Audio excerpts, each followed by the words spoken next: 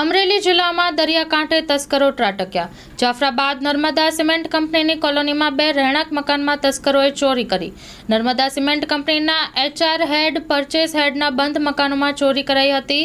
તિજોરી તોડી સોના ચાંદીના દાગીના, વિદેશી ચલણી નોટો સહિત કુલ ₹7,25,718નો ઘરફોડ ચોરી થઈ હતી। કોલોની ગેટ પર સામાન્ય લોકોને પ્રવેશ મળતો ન હોય, સિક્યુરિટી હોવા છતાં તસ્કરો કેવી રીતે ઘૂસ્યા તે અહીં એક સવાલ છે। જાફરાબાદ પોલીસ સ્ટેશનમાં ફરિયાદ નોંધાતા ડોગ સ્ક્વોડ, LCB સહિત પોલીસની ટીમો પહોંચી આવી હતી। ચોરી કરનારા અજાણ્યા ઇસમોને પોલીસની વિવિધ ટીમો દ્વારા પકડવા કવાયત શરૂ કરાઈ છે।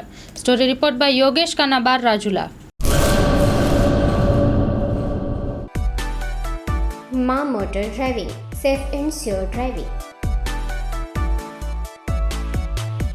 ડ્રાઇવિંગ એ શોખ સાથે આપની મોટી જવાબદારી પણ છે। અમારા ઇન્સ્ટ્રક્ટર દ્વારા સચોટ અને સરળ માર્ગદર્શન।